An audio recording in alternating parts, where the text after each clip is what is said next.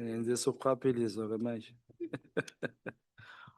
Baba Mashobane, Yebo. ngicela ukuthatha leli thuba ngibongele umzansi wonke ekuthenini ube indoda ethembekile emsebenzini wakho nanokuyinikela futhi ekuthenini noma kabe uyingozi kangakanani ukugijimisa lezi gebengu enigijimisana nazo. Futhi bathe angibonge nobaba Khumalo lapha emva kwakho indoda ebopha kakhulu. He's So exposed. ngithunywa abantu nabo. Ngicela ungichazisele i-character kababa uMkhwanazi ukwazi kwakho ngokumazi kwakho ngokusheshsha nje. Ubaba Mkhwanazi, Lieutenant General Mkhwanazi, KZN. Yes sir.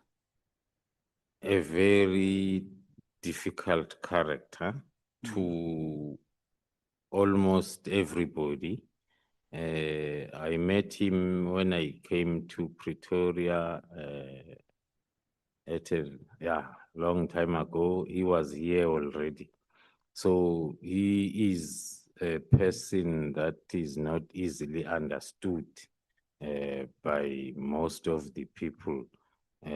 But he is a committed person on more especially on serving the people of this country. Uyathembeka mhlawumbe. According to me, uthembeke kakhulu. Now uyamthemba. Kakhulu. Ubaba uSibe uyamthemba? Ha. Awumthembi. Ha. Njengoba u-investigator kulezi zinto oyitholile, khona into oyitholile ezubugebengu noma eyisolisa ukuthi angaboshwa? Ubaba uSibe. Baba uSibe. Ngeke ngikwazi ukuthi yes now kodwa khona there are lots of possibilities. Bezinto esola ukuthi ungambopha. Yeah. Uvinjwa yini ukuthi umbophe? Point of order, Chair. Sorry. Chair, please pause my time. Yeah. Point of order taken, Honorable Solis. Chair, may we please have translation for our benefit? Okay. Honorable Shongwe, if you ask a question in your mother tongue, may you also help us to translate it to English.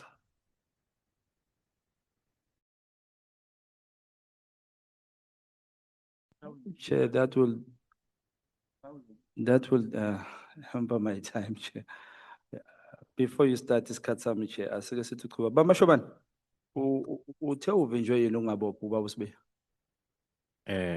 Ubaba uSibe, like any other person who is subject of investigation, has to be arrested when the investigation is complete. We don't believe in investigating after arresting. So in most of our cases, that's how we work, and that's what we are encouraging with the PKTT methodology. So whoever is a suspect needs to be investigated and then arrested when we are done. Uthe ubaba uSibe wena wazi lutho ngesiphoyisa ukaze awuna experience. So ngifuna ukwazi ukuthi uphade yachi lo okubophile unolwazi ngaye mhlambe ne-experience yakhe. According to the profile that I'm having of Patriarch, the profile, I worked with him when we were both at Crime Intelligence. I've never heard of him doing any investigation. I met him at Crime Intelligence. I left him at Crime Intelligence until then he went on pension or resigned, something like that. So Okay. that is what I know about him. So ungakwazi wakha kana experience. No, I don't. Because ubaba uNqoli yakubuza la ukuthi ubaba uMkhwanazi uthe ukuboshwa kwakho bekuyi-project. Phinde wathi ukuvalwa kwe-PKTT was a project. Manje umbuzo enginawo uthi le project kahle kahle beyisiza abantu. Ubani lo bekazoboshwa after i-31 or ngoJanuwari makuzophuma iletha? Ubani lo bekumele nimbophe? Kwagijima kwaphuma iletha ngokusheshsha ukuthi vimbani. Benibamba bani? There are a lot, baningi, mhlonishwa Awungepha abawu-4 nje kuphela. Ngifuna ubona ukuthi uthembakele. 4. okusivimbayo kunye ukuthi Umthetho. umthetho wase South Africa uthi asikwazi ukusho singakamvezi umuntu enkantolo. Ngoba isikhathi sami sesizongishaya uWinnie Mandela wesikhashana ukubophile. Point of order, Chair. Yes. Makukhuluma mina ke ngiphazanyiswe bese ushiye athathe isikhathi sami ke asifake lapho. Kodwa lo 13 minutes wamosele angusebenzise kahle. Bengibuza indaba yaka mama uWinnie Mandela wesikhashana samanje. Umama uWinnie Mandela ukubophile. Mangilandele indaba yakho nthi ukubophile lapha e-airport wakuvimba kufaka uzankosi wabukisa ngawe. Kodwa mangilandelela indaba yakhona umama Johnson, Andre Johnson advocate, naye wenza into efanayo yokuthi ahlaleke yena futhi yakhe iWes ngoba wahlala nendoda yakhe kwi-panel waba khona lapho ubuye aqambe namanga ukuthi waphumela ngaphandle. So baba Mashobane wena ke sowuhlulwa yini ukuthi uyombopha ke yena ke nawe so found out ukuthi ukushayela into efana nale yenzela usabeni ubandiswe yini? Ngiyabonga mhlonipheki lapho. No, akukho kubambile kodwa one ucabanga ukuthi when the time is right kufanele wenze into right. Okwamanje sisadila nalo mcimbi lo wami. Isekhona le ndaba yokuthi iqala libola ngithi ikhona esibhedlela. Yeah, because Lingaboli ke mphathi futhi usheshe ngoba uyamosha. Nginenkinga la. Ngokubuka kwakho umuntu onjani umuntu njani mhlawumbe olalela ugogo uMeridi Haas bese athatha isinqumo. Umuntu onjani othatha leyo umlalelayo lo mama amlalele bese athi hayi angisithathe lesi sinqumo. Kusuke kuwumuntu onjani? Mhlambe kwalithola ithuba wambukela ugogo uMeridi Haas mayekhuluma kulamalanga nathi ngifuna ukwazi ukuthi uminister umbona umuntu onjani noma umuntu onjani uthatha isinqumo ngenxa kaMeridi Haas. Uma kuwumuntu ophelele ngokomqondo, umuntu angazi kahle igama lesizulu, desperate ukuthi I can take whatever that I can make a reason. Because out of everything that umama uDihase is saying, there is nothing akukho kwenza isense. Ungakulalela kwenza isense. Usho ukuthi baMashobane nawe ucabanga njengoba ngicabanga ukuthi kunenkulumo oyivezile la wathi kuye kwaba ne-interdict efakwayo makumele nibopha abantu. Kwase kubulawa ama-witnesses enu. Sase yasiphuma i-judgment emva kwalokho.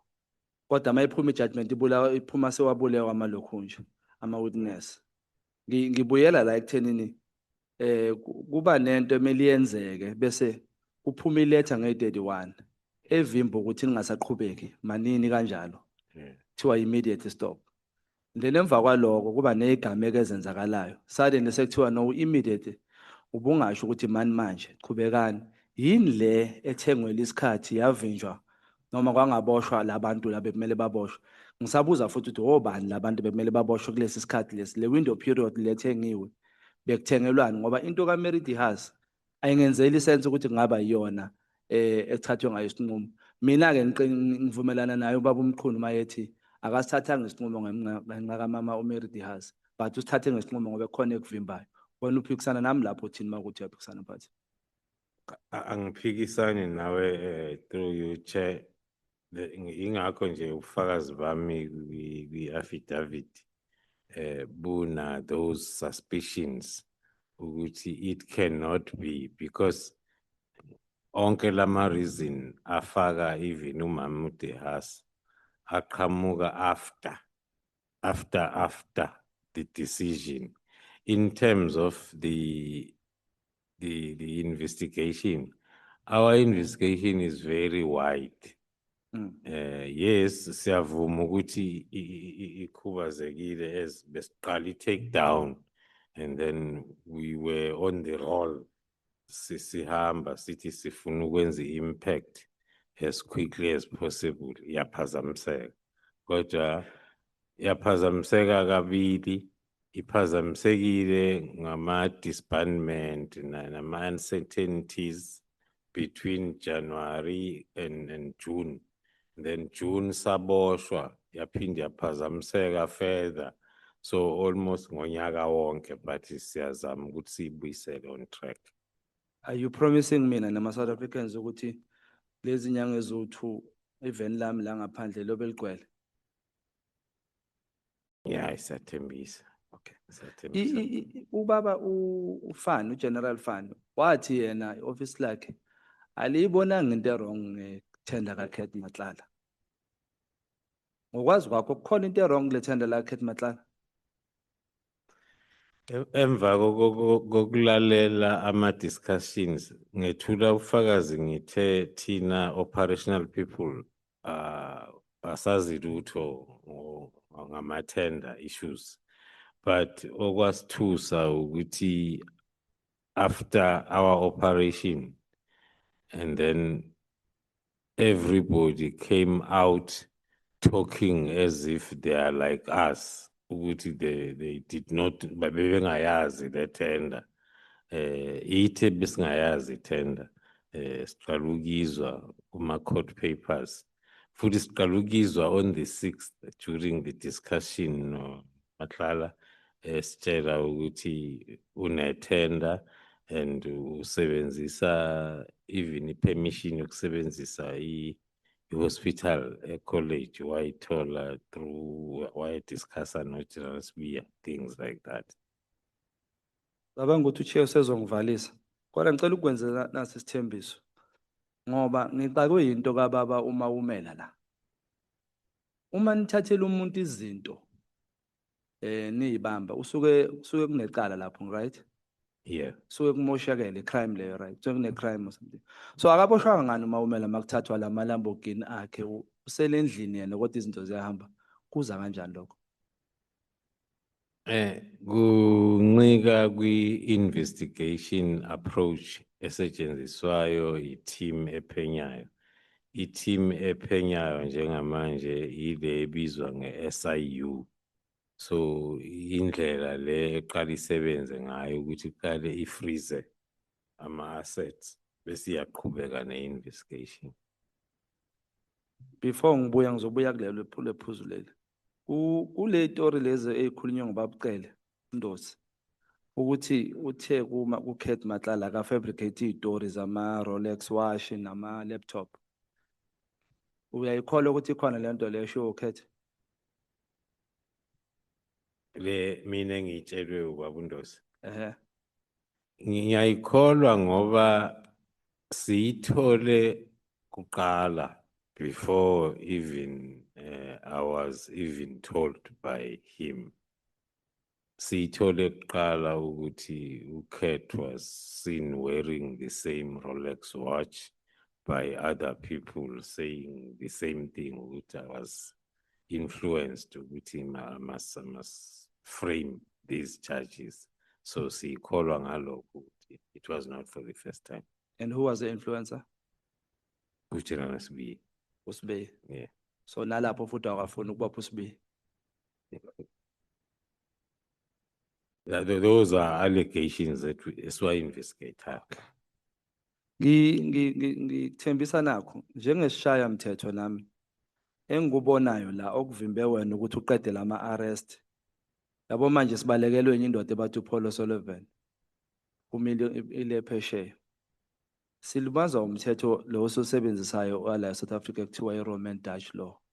Ngoba ngabe sebenzisa wethu umthetho. labantu ngabe bala eSouth Africa futhi ngabe abanye babo baboshiwe. So ngiyabona ukuthi common denominator la is this constitution ekungayona yama South Africans that I think we should consider as members of parliament in fixing and focusing on the laws that are hindering amaphoyisa to arrest people. You'll find a person or repeal 3 days uphumile ungaphandle. You'll find a murderer uphumile ungaphandle because of this Roman Dutch law. So I promise to you Babu Khumalo ukuthi sizosebenza ngamandla sumkhonto noma ngeke ngithi thina ama members of parliament ukuthi siwushintshe lona mthetho onivimbayo ukuthi omama labo oWinnie Mandela abamanje abanibophayo manisebenza banivimbe ukuthi nibopha abantu basebenzise lowo mthetho ukuthi banivalele ukuze nivimbeke ningabopha abantu abafanele. Isithembiso sami le Nkosi Busisi ngiyabonga mshobana. Ngiyabonga.